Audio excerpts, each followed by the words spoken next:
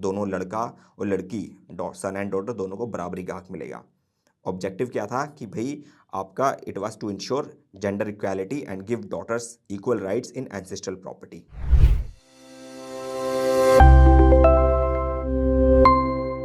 Hello aspirants, welcome to TLAIS academy.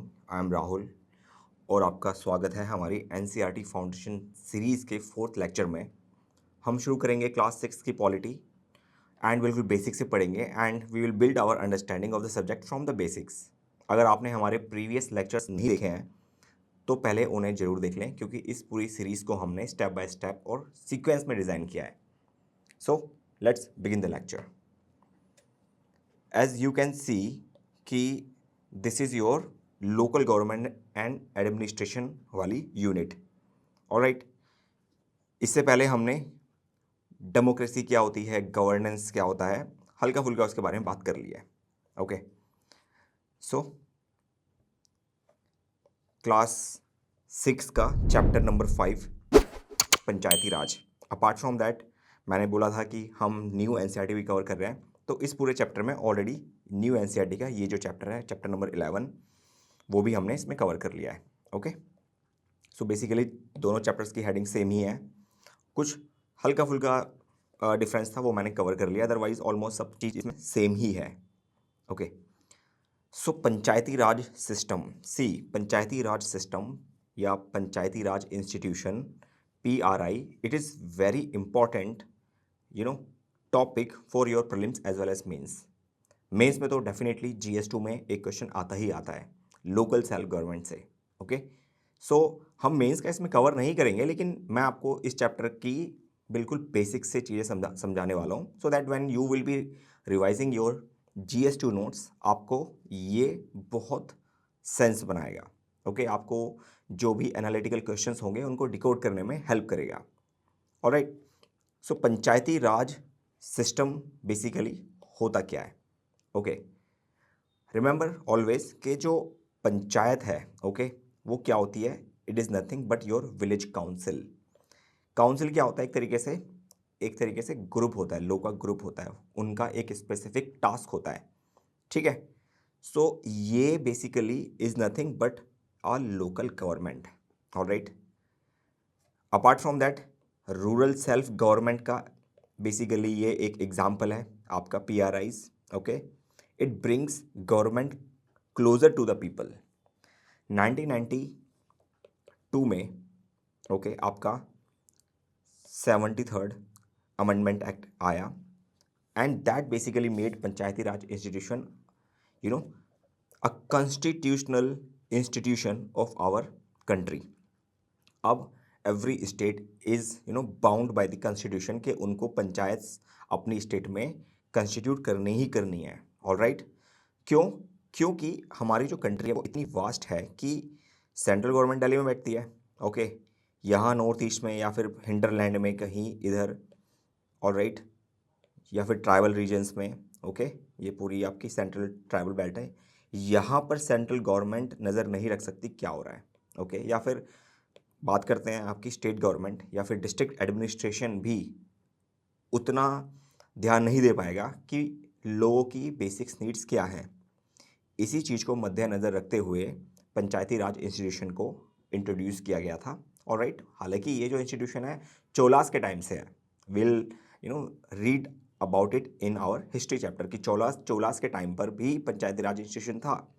Okay, लेकिन अगर हम मॉडर्न इंडिया की बात करते हैं आफ्टर पोस्ट इंडिपेंडेंस, ओके, तो पंचायती राज इंस्टीट्यूशन का इंपॉर्टेंस क्यों था? क्योंकि इतनी बड़ी कंट्री है, उसको एडमिनिस्ट्रेशन करने के लिए, ऑलराइट, ताकि लोगों तक बेसिक नेसेसिटीज़ या बेसिक चीज़ों को पहुंचाया जा सके, उसको लोगों तक गवर्नमेंट की चीज़ें पहुंच सकें, उसके लिए पंचायती राज इंस्टीट्यूशन को लाया गया। उसको कॉन्स्टिट्यूशनल अमेंडमेंट करके उसको बेसिकली सभी स्टेट्स को कंपेल किया गया कि आपको अब पंचायती राज इंस्टीट्यूशन को ऑप्शनल नहीं बनाना है, it is a must thing, so that लोगों तक जो है गवर्नमेंट पास आ सके। ओके, एंड बेसिकली आपका पंचायती raj system promotes basically what, जो भी आपके लोकल इश्यूज होते हैं उनको ध्यान में रखता है। ओके, लोग उसमें पार्टिसिपेट करते हैं through gram sabha, and then it lead to development, and in the last what happens, better service delivery हो जाती है।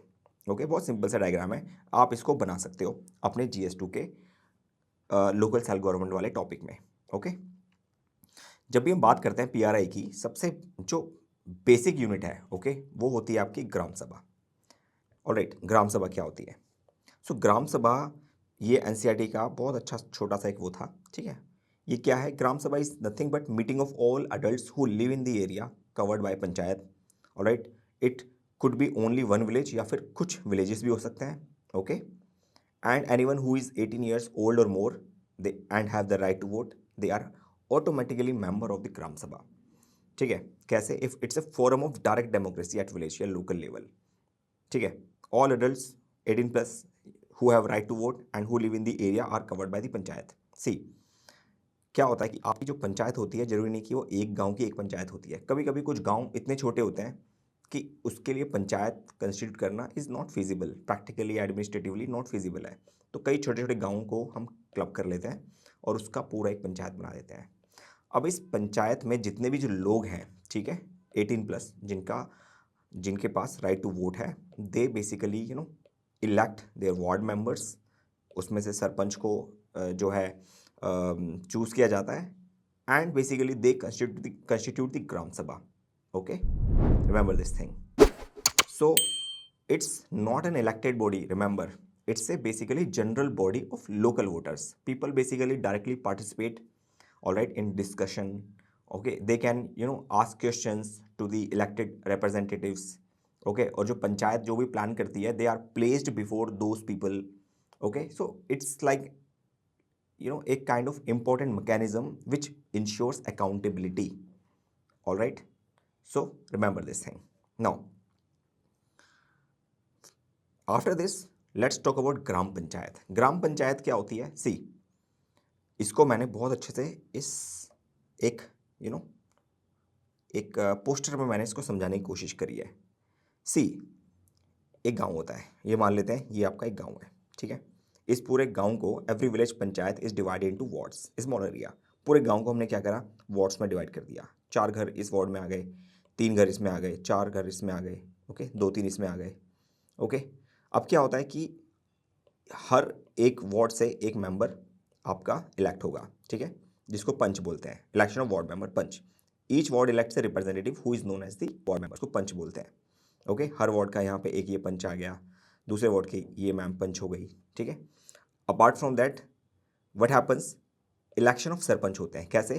कि all the elected panch together elect a sarpanch who is the panchayat president. जितने भी आपके वार्ड मेंबर हैं, मान लो कि इसमें 5 वार्ड मेंबर थे, ओके, वो चूज़ करेंगे कि कौन आपका सरपंच बनेगा। सरपंच हो गया या फिर प्रधान हो गया, कुछ भी बोल सकते हैं उनको। Okay, so that person become your panchayat president. Okay, अब सो कंप्लीट एक जो है आपका स्ट्रक्चर ऑफ ग्राम पंचायत क्या होता है कि ward punches and the sarpanch together they form the gram panchayat. Alright, very simple है। और अगर पंचायती राज इंस्टीट्यूशन को बोलेंगे तो आपका ग्राम पंचायत प्लस का gram sabha, everything constitute, and then they make the local self government और पंचायती राज इंस्टीट्यूशन। जो भी आपका इसका जो टर्म होता है इस ग्राम पंचायत का, वो 5 साल होता है। ओके, इसके अलावा जो आपके इलेक्टेड मेंबर्स हैं, उनमें से गवर्नमेंट जो करती है, क्या करती है कि वो एक और मेंबर को प्रोवाइड करती है, जो कि आपका सेक्रेटरी होता है उस ग्राम पंचायत का। ये इलेक्टेड नहीं होता, okay, it's not an elected person, that person is appointed by the government. Okay, देखो यहाँ पे क्या गलती करी है। ओके, ये ChatGPT ने क्या गलती करी कि उसको ही बना दिया। It can be she also, right. देखो कितनी बायसनेस है, AI में बायसनेस है। ओके, मैंने उसको इंस्ट्रक्शंस दिए थे कि आप इसको एक फ्लो चार्ट बनाओ, और उसने ये बना के दिखा दिया।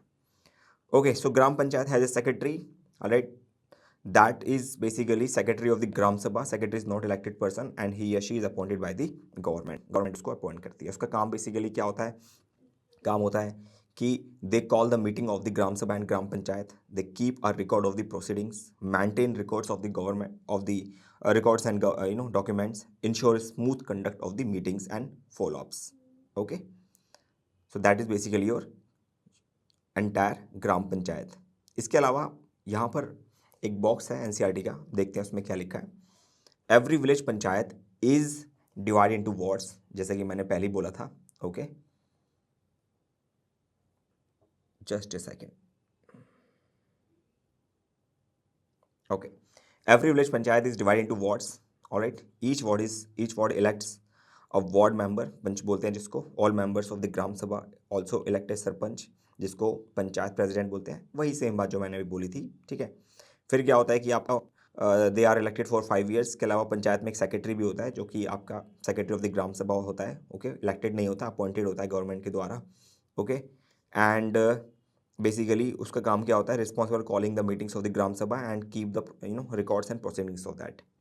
सो head is basically gram panchayat का कौन है, सरपंच या pradhan, and they are assisted by the panchayat secretary या पटवारी।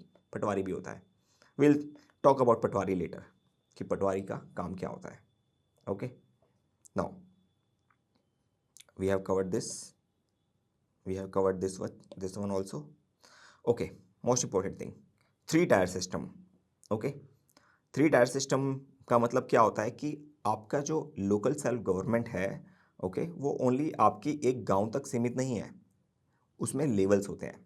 कैसे कि जो आपका गांव के लेवल पे होता है, विलेज लेवल पर होता है, ठीक है, उसको आपको विलेज परिषद या फिर ग्राम पंचायत भी बोलते हैं। हेड उसका सरपंच होता है, पंचायत प्रेसिडेंट बोलते हैं।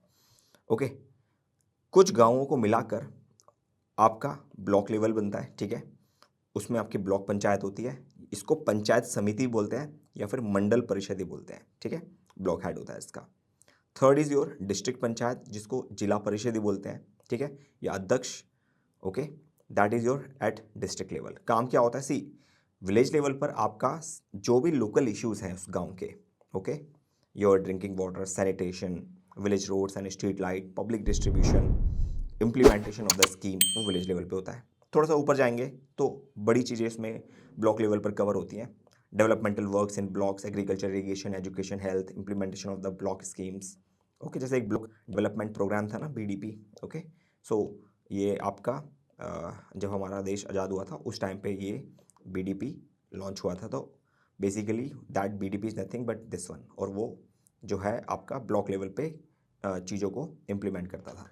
Okay, now we have the district level. Okay, district level में क्या होता है कि डिस्ट्रिक्ट के लेवल पर जितनी भी आपकी डेवलपमेंटल प्लानिंग होती है ना, वो आपकी यहाँ पर होगी। Okay, there will be coordination of all the blocks, major works like your roads, hospital, schools, ठीक है, and monitoring and evaluation. Apart from that district level पर एक चीज़ और होती है कि ये ना एक लिंक होता है, broader state level government, okay, and your local village level panchayat के बीच में, ठीक है, ये डिस्ट्रिक्ट जो होती है आपकी, रिमेंबर। सो ये एक लिंक होता है डिस्ट्रिक्ट लेवल प्लानिंग। जब हम लक्ष्मीकांत का चैप्टर पढ़ते हैं तो आपकी बहुत सारी कमेटीज़ थी। Okay, for example your Balwant Rai Mehta, okay, GV K Rao committees. तो सबसे बड़ी जो हेडेक थी वो यही थी कि जो प्लानिंग है हमारी, वो हमारी किस लेवल पे स्टार्ट होनी चाहिए, डिस्ट्रिक्ट लेवल पे होनी चाहिए, ब्लॉक लेवल पे, या विलेज लेवल पे। ओके, सो मैक्सिमम सभी ने बोला कि डिस्ट्रिक्ट लेवल पे प्लानिंग होनी चाहिए। ऑलराइट, सो जब डिस्ट्रिक्ट लेवल पे प्लानिंग होती है तो उससे क्या होता है कि that is a kind of intermediate stage, जो कि आपकी हेल्प करता है स्कीम्स को नीचे इम्प्लीमेंट करने में, and direct accountability to the state या फिर सेंट्रल गवर्नमेंट। ऑलराइट, एक आपका चैनल है सीपी ग्राम्स। ओके, इसमें क्या होता है, इसमें बेसिकली जितने भी ग्रीवांसेस होते हैं आपके, ओके, वो आपके जो है डायरेक्टली सेंट्रल गवर्नमेंट जो है उसको मॉनिटर करती है, PMO, if I am not wrong. So that is basically important mechanism of kind of अपनी प्रॉब्लम्स को बताने के लिए, ओके, सेंट्रल गवर्नमेंट तक। समटाइम्स स्टेट गवर्नमेंट शायद नहीं ध्यान देगी, तो सेंट्रल गवर्नमेंट उस पर डायरेक्ट नज़र रखती है। सो उसमें डिस्ट्रिक्ट लेवल एक बहुत इंपॉर्टेंट रोल प्ले करता है। आपके जो डीसी या डीएम जो होते हैं, ठीक है, alright, they are basically important persons to handle दो CP grams meetings. Alright, I hope यहाँ तक चीज़ें क्लियर हो चुकी हैं। कुछ ज़्यादा इसमें नहीं था और मैं अभी ज़्यादा डिफिकल्ट कंसेप्ट यहाँ पे नहीं पढ़ाना चाहता था. Let just keep it to NCERTs only.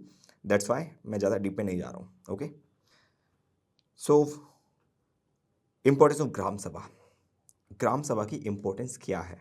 Okay, यहाँ पर ये सभी चीज़ें वही लिखी हुई हैं, लेकिन इसको थोड़ा सा वैसे समझते हैं. पार्टिसिपेशन, ठीक है.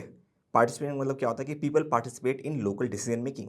लोग पार्टिसिपेट करते हैं. ग्राम सभा में मानते हैं कि 100 लोग थे, 100 लोगों में से 20 लोगों को लगा कि भाई आपका जो एक आउटर रोड है जो ग्राम एक गांव को दूसरे से कनेक्ट करता है, ठीक है, उस रोड को पक्का कर दो. बारिश के टाइम पे पूरा टूट जाता है. तो ग्राम सभा जो है आइडिया देती है पंचायत को, पंचायत तक अपनी जो है समस्या को बताती है, उसके बाद पंचायत के लोग डिसीजन लेते हैं. दैट्स वाई पार्टिसिपेशन होता है यहाँ पर, लोकल डिसीजन मेकिंग होती है. अकाउंटेबिलिटी मतलब क्या है इसका कि representatives have to answer to the people who elected them. Alright, gram sabha उनकी अकाउंटेबिलिटी सेट करती है. अच्छा, आप एक मूवी देखी होगी स्वदेश. ओके, बहुत लोगों ने देखी होगी, जिन्होंने नहीं देखी है प्लीज़ देखो. उसमें शाहरुख खान साहब जो हैं जब जाते हैं कैमरा लेके गांव में घूम रहे होते हैं, तो उनको कावेरी अम्मा जो है ना गांव की पंचायत मीटिंग में लेके जाती हैं.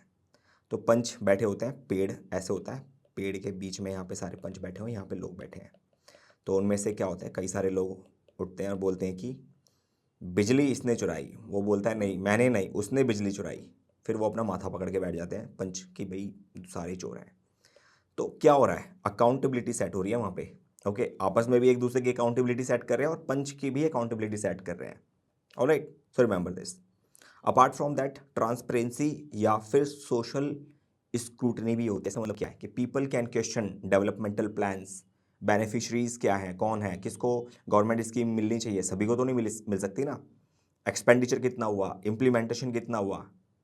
ओके, या फिर आप किसी को फेवरेटिज्म तो नहीं कर रहे हो, ठीक है, नेपोटिज्म तो नहीं कर रहे हो कि भाई पर्टिकुलर टाइप के लोग हैं या फिर कोई आपका भतीजा है, ओके, पंचों का, उस तक की सारी जो है सुविधाएं पहुंचाई जा रही हैं, ऐसा तो नहीं है. ओके, सो बेसिकली ये भी आपका चेक करते हैं ग्राम सभा. ओके, एक यूपीएससी में कई बार एक बार मतलब ये स्टेटमेंट बेस्ड क्वेश्चन आ जाता है कि ग्राम सभा का मतलब क्या होता है.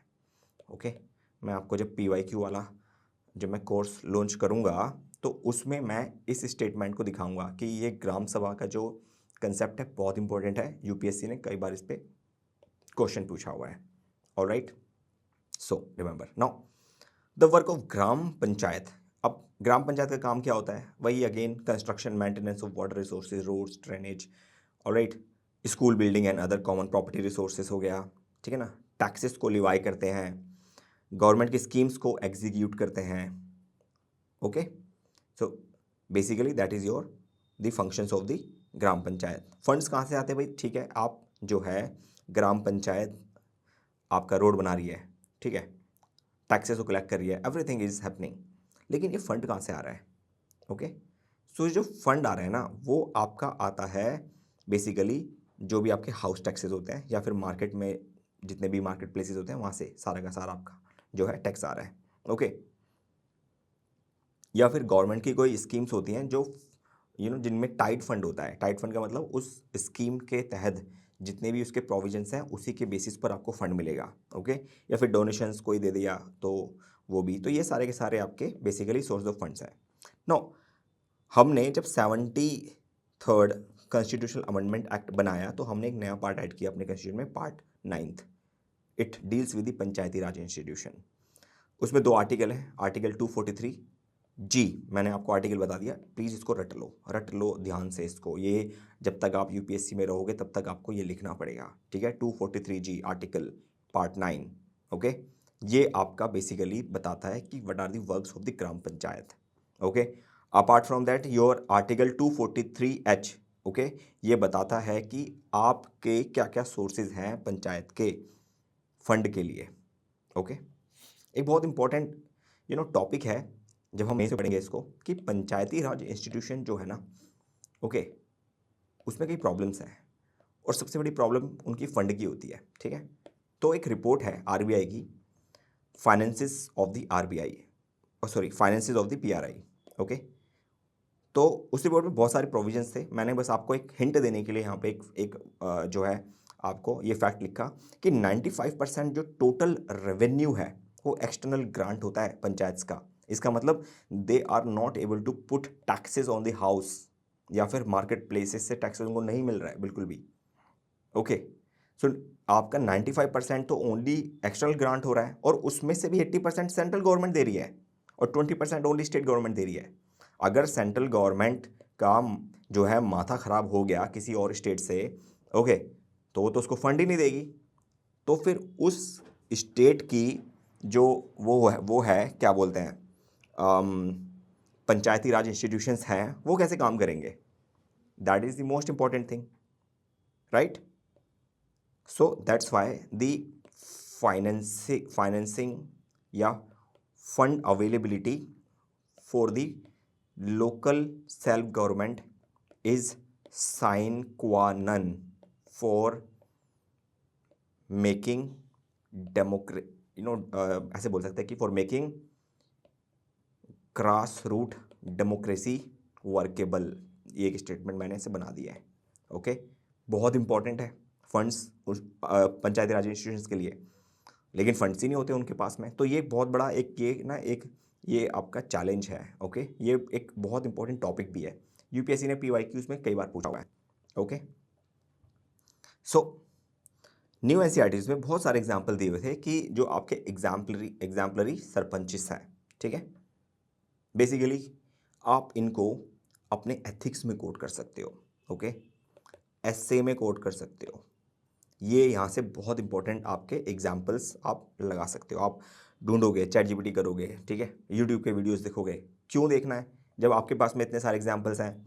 एंड बिलीव मी, मेंस में सबसे इंपॉर्टेंट चैलेंज कंटेंट की कमी नहीं होती, कंटेंट इतना ज़्यादा हो जाता है ना कि आपको ये नहीं समझ में आएगा एग्जाम से पहले कि आपको कितना रिवाइज करना है, उसको कैसे कंप्रेस करना है।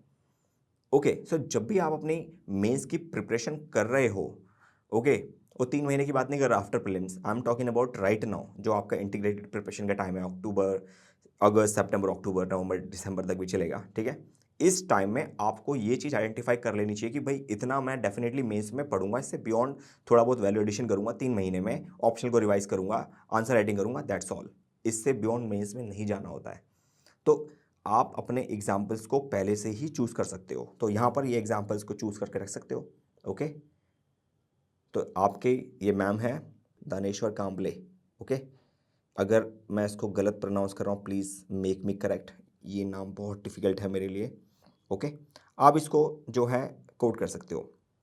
And basically she is A transgender person. Okay, ये एक सोलापुर डिस्ट्रिक्ट में कोई गांव है। ओके, तरंगफल विलेज, ऑलराइट, महाराष्ट्र में है। सो इनका जो मोटो था लोक सेवा ग्राम सेवा। Okay, so what basically important is कि now transgender person, okay, they are coming into the main stream, they are becoming the political head now at the village level. Okay, और वो आपका जो है हमारे एक समाज का बहुत अभिन्न अंग है, उनमें टैलेंट है। सो बेसिकली ये एक एग्जाम्पल है। Okay, second is your Vandana Bahadur Maida. She is a Bhil member of the Bhil community. Okay, Madhya Pradesh में कोई गांव है जिसका नाम है Khankandvi village. Okay, Khankandvi village, alright. So basically she defied the patriarchal norms to become the first female sarpanch of her village.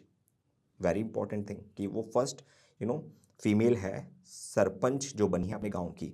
उन्होंने focus किया education and sanitation पे, and basically she showed that how woman can play a leading role in transforming rural India. Okay, बहुत अच्छा example है, इनको आप coat कर सकते हो।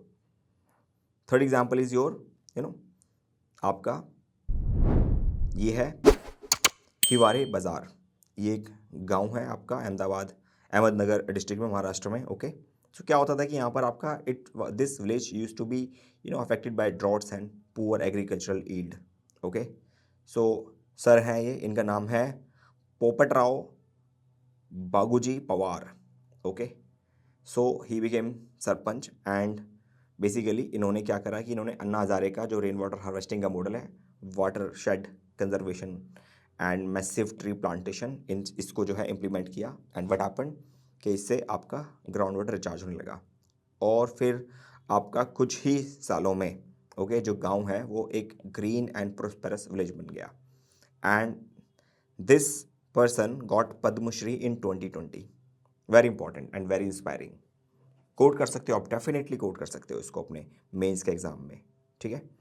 अब जब एक कंसेप्ट यहाँ पे आ रहा है कि वाटरशेड का मतलब क्या होता है, तो मुझे थोड़ा सा ये लगा कि एक वाटरशेड को ना समझाया जाए आपको, वाटरशेड का मतलब क्या होता है। ये एनसीईआरटी की इमेज ही है, ठीक है।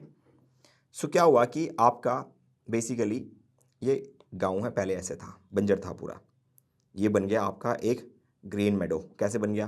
Because of the water shade management, okay, which conserve water and improve soil and restore the land. कैसे होता है water shade development? Rain water harvesting करते हैं, चेक डैम्स बनाते हैं, ठीक है। उसके अलावा हम कंटूर बंडिंग करते हैं, ऑलराइट। फिर हम क्या करते हैं, मोर वाटर इससे सॉइल में जाएगा, ठीक है। वेजिटेशन एंड क्रॉप्स जो है ग्रो होने लगेंगी। रिजल्ट क्या होगा?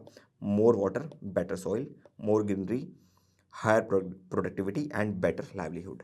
ओके, सी जब मेरा ज्योग्राफी ऑप्शनल था, so watershed development basically technically होता क्या है कि अगर मुझे ये रिवर है, ओके, और मुझे इस रिवर के पानी को ठीक करना है, गंदा पानी था लेकिन इस पानी को मुझे जो है साफ करना है।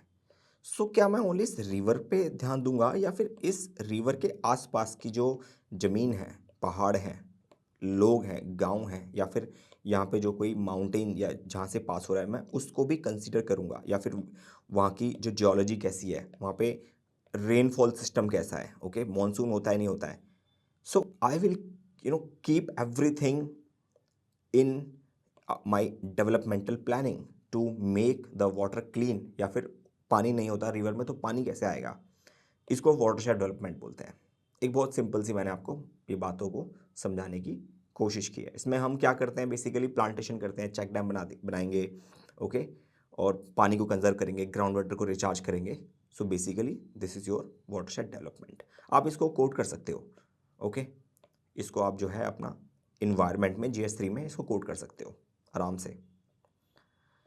चलिए, बहुत अच्छा, एक न्यू एनसीईआरटी में बहुत अच्छी ये एक चाइल्ड फ्रेंडली पंचायत इनिशिएटिव्स थे, मुझे बहुत अच्छा लगा। मैंने यहाँ पे इसको 1 2 3 की फॉर्म में इसको लिखने की कोशिश की गई है। तो आप क्या कर सकते हैं कि इनमें से एक या दो कोई भी एग्जाम्पल जो आपको लगता है अच्छा है, जो आप पर्सनली याद कर सकते हो, उसको नोट डाउन कर सकते हो, ठीक है। महाराष्ट्र में बाल पंचायत को स्टार्ट किया गया, ठीक है, किसके लिए? एलिमिनेटिंग चाइल्ड लेबर या चाइल्ड मैरिजेस को, ठीक है ना। What they basically did, they brought many children back to school, okay, उन्होंने पेरेंट्स को कन्विंस किया, ऑलराइट, एंड अदर अडल्ट्स को, ताकि वे अपने बच्चों को स्कूल भेज सकें, ठीक है। अपार्ट फ्रॉम दैट, लड़कियों की अरेंज मैरिज ना हो, okay, and they should be studying. So Maharashtra में आपका बाल पंचायत का एक कंसेप्ट आया, ओके।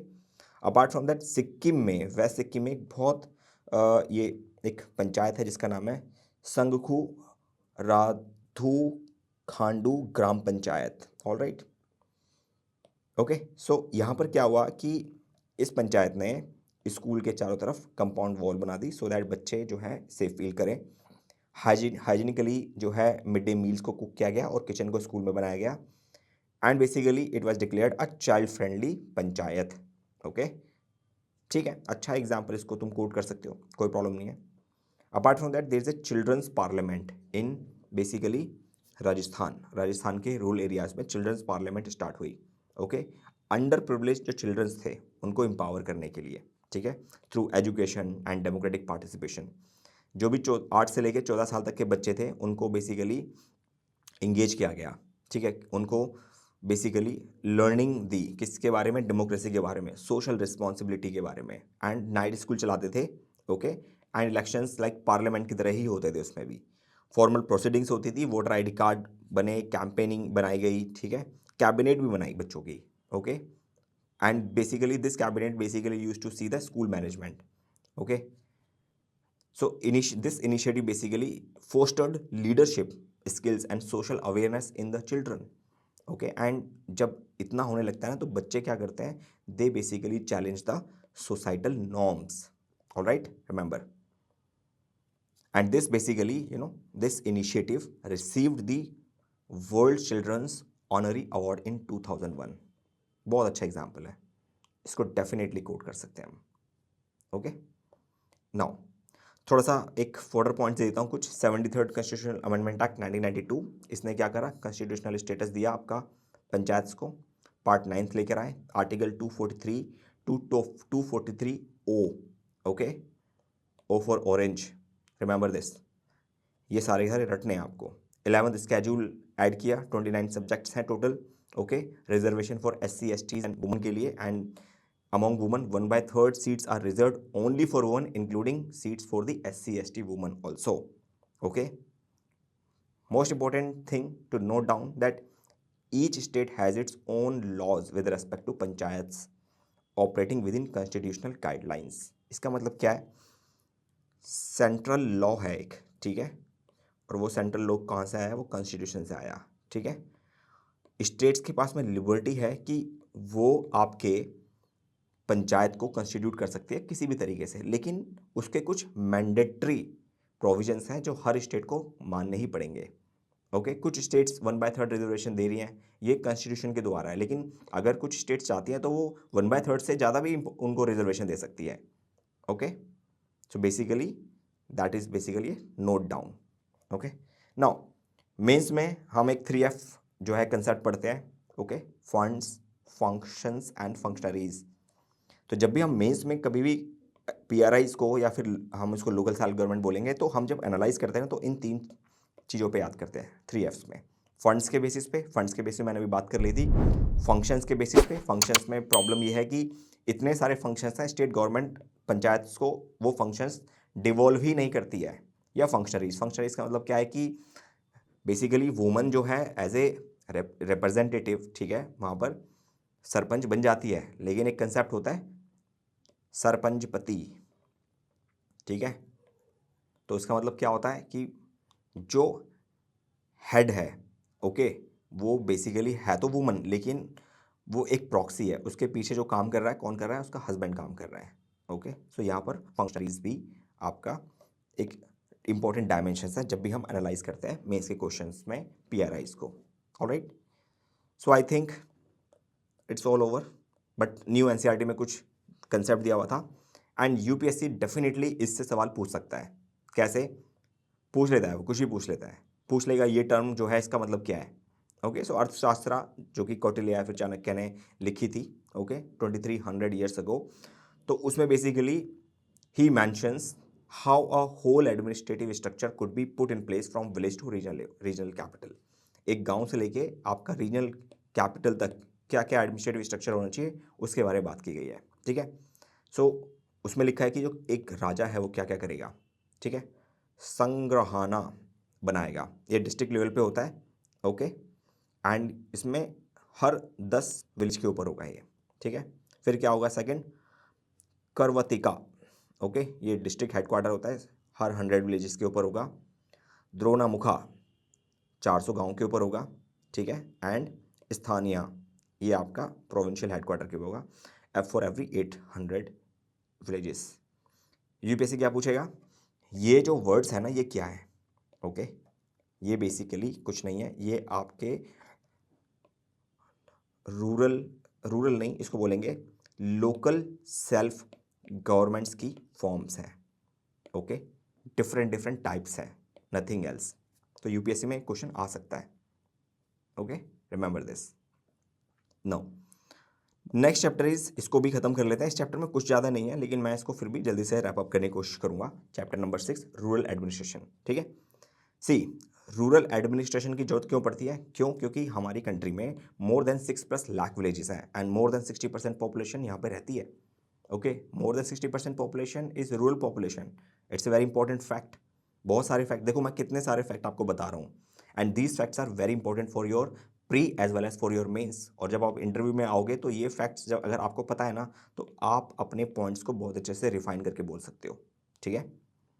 मैंने UPSC का 5 बार इंटरव्यू दिया हुआ है, ऑलराइट।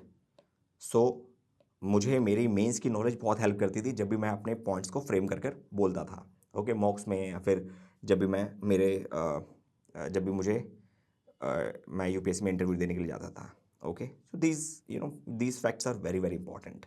नाउ पुलिस स्टेशन होता है, बताने की जरूरत नहीं है. एसएचओ होता है, station house officer, who is in charge. Police का काम क्या होता है? पुलिस स्टेशन का लॉ एंड ऑर्डर को मेंटेन करते हैं. पटवारी होता है नेक्स्ट इंपॉर्टेंट. ओके, वो लैंड एडमिनिस्ट्रेशन को मेंटेन करता है. क्या क्या मेजर करता है? Measure and maintain land records, update करता है उन लैंड रिकॉर्ड्स को, मैप्स को मेंटेन करता है, ऑनरशिप डिटेल्स को मेंटेन करता है. बेसिकली इससे क्या होगा? हेल्प्स रिजॉल्व बाउंड्री या लैंड डिस्प्यूट्स. ठीक है. किसान नंबर 1 यहाँ पे, किसान नंबर 2 की बाउंड्री यहाँ पे है. किसान नंबर 1 ने क्या किया कि अपना जो है खेत की बाउंड्री यहाँ पे खींच दी. किसान नंबर 2 गुस्सा आया, वो लड़ने लगा. पटवारी साहब आएंगे, अपना मैप निकालेंगे और बताएंगे कि नहीं, आपने यहाँ पे गलती करी है. तो किसान नंबर 1 जो है एक तरीके से एट डिफ़ॉल्ट है. ऑलराइट, तो उसको अपनी बाउंड्री को बैक लेना पड़ेगा. हेल्प ये तो हो गया. ठीक है. Collect land revenue also. Okay, other names patwari के कौन कौन से होते हैं? लेखपाल या कानूंगो या फिर विलेज ऑफिसर भी बोलते हैं. ठीक है. सेकेंड इज योर खसरा रिकॉर्ड. ठीक है. खसरा रिकॉर्ड का मतलब क्या होता है? It's basically information about your land owner area, cultivated area, fallow land कितना है, जितनी भी लैंड की जितनी भी कैटेगरीज हो सकती हैं वो सारी खसरा रिकॉर्ड के अंदर आती है. बहुत ज़रूरी है स्टेट्स को लैंड रिकॉर्ड रखने के लिए. ठीक है. चलो, आपका सबसे इम्पोर्टेंट जो एक डिपार्टमेंट होता है, that is your revenue department. ठीक है. क्या होता है कि every state is divided into districts, और डिस्ट्रिक्ट को फर्दर सब डिवाइड करते हैं. ठीक है. हर उसका जो सब डिवीजन होता है वो डिफरेंट डिफरेंट होता है. किसी को तहसील के नाम से बोलते हैं, तालुका ही बोलते हैं. ओके. नाउ डिस्ट्रिक्ट में जो हेड होता है वो डीसी होता है. आप इसके नीचे कौन आता है? तहसीलदार आते हैं. ठीक है. उनको रेवेन्यू ऑफिसर्स भी बोलते हैं. एंड उसके नीचे पटवारीज आते हैं बेसिकली. ठीक है. सो काम क्या होता है पटवारी का? पटवारी का बेसिकली काम होता है कि पटवारी आपका जो है, he will basically maintain land record properly. Okay, land records को प्रॉपरली रखेंगे, लैंड रेवेन्यू कलेक्ट करेंगे. ओके, फार्मर्स को उनकी कॉपी देंगे लैंड रिकॉर्ड्स की, एंड स्टूडेंट्स को basically issue the caste certificates also. Okay, basically ये काम जो है ना आपका तहसीलदार मेन करता है, बट पटवारी का भी इसमें इंपॉर्टेंट रोल है. Okay, and basically it is the tahsildars office जो कि आपका लैंड डिस्प्यूट्स को सुनता है. चलो, अभी हम लैंड की बात कर रहे हैं, हम रूरल रिकॉर्ड्स की बात कर रहे हैं. अब एनसीईआरटी में एक बहुत अच्छी सी चीज़ दी हुई थी कि basically Hindu succession amendment act 2005, ये है क्या? ऑलराइट. सो इसके अंदर जब हम बात करते हैं तो ये क्या था कि जो पहले थे, ओके, आपके फादर लोग होते थे, ऑलराइट, वो क्या करते थे कि they use to give entire property to their sons. मतलब ये है कि जो फादर की जो प्रॉपर्टी होगी ना, वो बेटों को ऑटोमेटिकली चली जाएगी. ओके, बेटों को, पोतों को, ओके, पोतियों को नहीं जाएगी, बेटियों को नहीं जाएगी. पहले का सीन ये था. But women they use to work on the land. Okay, वो लैंड पे काम कर रही हैं और ये बात सच है. And but they were not treated as its owners. Women हमेशा से ज़्यादा ही काम करती हैं. वो लैंड पे भी ज़्यादा काम करेंगी, घर में भी ज़्यादा काम करेंगी, ऑफिस में जाएंगी तो भी उनको जो है पिंक जॉब्स में थोड़ा सा साइड में रख देंगे, लेकिन काम वहाँ पे तब भी वो ज़्यादा करेंगी. बट उनको जो एक रिकॉग्निशन है ना, वो नहीं मिलेगा. ठीक है. सो आफ्टर 2005 ये अमेंडमेंट आया. अब सीन क्या हुआ कि जो आपके सन्स, डॉटर्स या मदर्स है, सबको इक्वल शेयर मिल गया. ओके. सो हुआ क्या कि जो प्रॉपर्टी राइट्स हैं, ओके, उससे आपका इकोनॉमिक ऑटोनॉमी बढ़ी वुमन की. Their bargaining power will increase and it will reduce dependence on man. ठीक है. इस चीज़ को ध्यान रखना. ये जो टॉपिक है, this topic is very important for your gender parity, women's empowerment. Alright. चलो, थोड़ा सा ना इसका बैकग्राउंड समझने की कोशिश करते हैं. ठीक है. ये जो हिंदू अमेंडमेंट एक्ट है, थोड़ा सा मुझे लगा कि वैल्यू एडिशन कर देते हैं, हल्का फुल्का थोड़ा समझने की कोशिश करना. ओके. सो 2005 से पहले आपका जो एक्ट था, ठीक है, 2005 से पहले आपका 1956 का जो एक लॉ था, जो ओरिजिनल लॉ है, हिंदू सक्सेशन एक्ट 1956. ओके. तो बेसिकली उसमें क्या हुआ था कि आपकी जो प्रॉपर्टी है ना वो दो तरीके से डिवाइड थी। एक थी सेल्फ एक्वायर्ड प्रॉपर्टी जो इंसान ने खुद से खरीदी है, ठीक है। सेकंड आपका एंसेस्ट्रल प्रॉपर्टी जो कि आपके दादा परदादा के टाइम से चली आ रही है। इसको लीगल लैंग्वेज में इसको कॉपरा सीनरी प्रॉपर्टी बोलते हैं। Okay, coparcenary property. Now अब बिफोर 2005 क्या होता था कि जो आपकी जो खानदानी प्रॉपर्टी होती थी वो केवल लड़कों को मिलती थी जन्म लेते ही, ठीक है ना। लड़के ने जन्म लिया, उसको प्रॉपर्टी जो है ऑटोमेटिकली मिल जाएगी। बेटा होगा, पोता या परपोता होगा, सबको मिलेगी, ठीक है। वो ऑटोमेटिकली उस जायदाद का हिस्सा बन जाते थे, ठीक है, कॉपरा सीनर बन जाते थे। बेटियों को जन्म से कोई अधिकार नहीं था। ओके, सो ये एक बहुत बड़ा भेदभाव था। ओके, जब भी पिता की मौत होती थी तो मान लीजिए कि आपकी 100 बीघा जमीन है, ओके, और उस पिता के एक बेटी और एक ही बेटा है, तो बेटे को पहले से ही 50 बीघा अपने आप जो है जन्म के बेसिस पे जो उसको हक मिला है वो मिल जाएगा। बचा 50%, सॉरी 50 बीघा, उस 50 में से भी दो हिस्से होंगे। एक मिलेगा बेटे को 25 और 25 मिलेगा बेटी को, यानी बेटे के पास में टोटल 75 बीघा जो है आपकी प्रॉपर्टी हो जाएगी। ओके, इसके अलावा अगर आपके फादर का कोई हाउस है, ठीक है, ओके, और उसमें भाई रह रहे हैं, फादर की डेथ हो गई है, भाई रह रहे हैं, तो बेटी जो है मतलब उनकी बहन जो है वो तब तक उस घर में बंटवारे की मांग नहीं कर सकती जब तक सारे भाई खुद ना तैयार हो। तो इससे क्या हुआ कि ये जो डिस्क्रिमिनेशन है ये हमारे आर्टिकल 14 एंड आर्टिकल 15 जो है ना ये उसके खिलाफ है completely. Okay, article 14 equality before law, article 15 okay, no discrimination based on sex, okay, caste, place of birth, तो लेकिन हो रहा है यहाँ पे तो। ओके, और सोचो कि हमारा देश आज़ाद हुए 1947 में हुआ है, ओके, और ये बात 2005 में हम इस चीज़ को रिकॉग्नाइज कर रहे हैं कि भाई land is very important liberating and economic factor. Woman को तब तक प्रॉपर्टी में हिस्सा मिलता ही नहीं था। सोचो इस बात को हमें कितने साल लग गए रिकॉग्नाइज करते हुए, है ना। हमने इस सीरीज में देखा था ना कि किस तरीके से यूएस एंड यूके में, ओके, यूएस एंड यूके में आपका वुमन को, ओके, जो वोटिंग राइट्स है वो आपके ड्यूरिंग वर्ल्ड वॉर 1 के टाइम पे मिले हैं, ठीक है, 1914 एंड 1918 समथिंग, ठीक है। मैंने आपको आई थिंक फर्स्ट लेक्चर में पढ़ाया था ये। सिमिलर ऑलमोस्ट वैसे ही केस है कि प्रॉपर्टी का जो हिस्सा है आपको 2005 के बाद मिला जब अमेंडमेंट हो गया। सो अब ये अमेंडमेंट क्यों हुआ था? सी, साउथ की बहुत सारी स्टेट्स हैं जहाँ पर पहले से ही जो डॉटर्स हैं ना उनको बराबर का हिस्सा देना शुरू कर दिया था। आंध्र प्रदेश, ठीक है, 1986, okay, Tamil Nadu 1989, okay, Maharashtra and Karnataka में ऑलमोस्ट 1994 में ये सब दे दिया गया था, लेकिन आपका सेंट्रल लेवल पे तो था ही नहीं। अब लो कमीशन की 174th रिपोर्ट आई थी, ओके, उसमें ये पूरी तरीके से ये बोला गया कि ये जो भेदभाव है, ठीक है, ये जो डिस्क्रिमिनेशन है ये ख़त्म होना चाहिए। ओके, जब तक वुमन को ज़मीन जायदाद में बराबरी का हक नहीं मिलेगा, ओके, वो आर्थिक रूप से पुरुषों पर निर्भर रहेंगी। ऑल राइट, मैं बहुत अच्छे से हिंदी बोल रहा हूँ।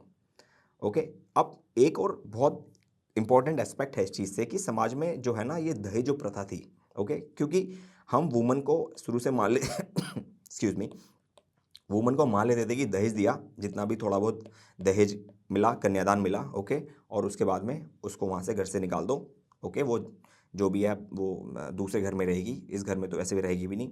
तो कहीं ना कहीं ये जो डिस्क्रिमिनेशन था ना ये कहीं ना कहीं आपका दहेज प्रथा को भी जो है एक तरीके से बढ़ा रहा था। ओके, अब सपोज फॉर एग्जांपल कि अगर इक्वल प्रॉपर्टी वुमन को मिलने वाली है, ठीक है, फादर की डेथ के बाद में, और ये बात पहले से पता है, तो भाई लड़की को फिर दहेज ही क्यों देंगे हम? ओके, सीधी सी बात है भाई। लेकिन हमको पता है पहले से कि उस प्रॉपर्टी में उसका हिस्सा ही नहीं है, ओके, तो इसलिए उसके दहेज के नाम पे उसको थोड़ा बहुत दे दो। तो दहेज प्रथा बेसिकली एक बहुत बड़ी ये हमारे समाज की विडंबना है, क्रूरती है। All right, so this is basically return जो भी मैंने यहाँ पे बोला है। ओके, 2005 में अमेंडमेंट हो गया। अमेंडमेंट में अब क्या हुआ कि बेटी और बेटे को, ऑल राइट, अब इक्वल जो है राइट्स मिलेंगे। तो डॉटर इज कॉपरा सीनर, मतलब कि एंसेस्ट्रल प्रॉपर्टी में बेटी को जन्म लेते ही ओके राइट बाय बर्थ हो जाएगा। Okay, coparcenary includes daughter also now, and दोनों लड़का और लड़की सन एंड डॉटर दोनों को बराबरी का हक मिलेगा। ऑब्जेक्टिव क्या था कि भाई आपका it was to ensure gender equality and give daughters equal rights in ancestral property. Okay, so remember this thing. अब इसके अलावा एक चीज़ और थी कि अब जो मैंने आपको हाउस के बारे में बात कही थी, तो हाउस में भी अब जो है वो जो डॉटर है वो खुलकर मांग कर सकती है कि भाई ये जो मेरे फादर का हाउस था, ठीक है, तो मुझे इसमें क्या बोलते हैं, मेरा जो हिस्सा है मुझे मिलना चाहिए। तो फादर जो अब उनको जो है सन की परमिशन की जरूरत नहीं पड़ेगी। ओके, अब 2020 में एक चैलेंज आया, ठीक है, चैलेंज ये आया विनीत शर्मा वर्सेस राकेश शर्मा का जो ये केस है, उसमें क्या हुआ कि एक कन्फ्यूजन ये थी कि ये जो लॉ है या जो ये नियम है या उन्हीं सिर्फ बेटियों पे लागू हुआ जिनके पिता 9 सितंबर 2005 को जिंदा थे, ठीक है। तो सुप्रीम कोर्ट ने 2020 में एक लैंडमार्क जो है जजमेंट दी कि ये बेटी का जो है ना ये आपका उनका जन्म से हक है, इसमें कोई फर्क नहीं पड़ता कि 9 सितंबर 2005 को जो पिता जिंदा थे या नहीं थे। ओके, तो आपकी जो पैटर्नल प्रॉपर्टी है, ओके, 20 दिसंबर 2004 से पहले, ऑलराइट, जिसका कानूनी रूप से कोई बंटवारा नहीं हुआ है, तो बेटी आज भी अपना पूरा बराबरी का हिस्सा मांग सकती है। तो 2020 में इस चीज़ को क्लियर कर दिया। सो आई होप आपको ये चीज़ें क्लियर होंगी, नहीं होंगी तो प्लीज़ उसको दोबारा सुन लेना। Okay, so that you can write little good points in your mains, या फिर अगर उसको हमें ऐसे में लिखना है तो आप लिख सकते हो। ओके, बहुत इंपॉर्टेंट जेंडर डायमेंशन इस चैप्टर में हमने कवर किया है। Well that's all in this lecture, I will see you in the next one. Okay, तब तक अच्छे से पढ़िए। Alright, thank you for watching.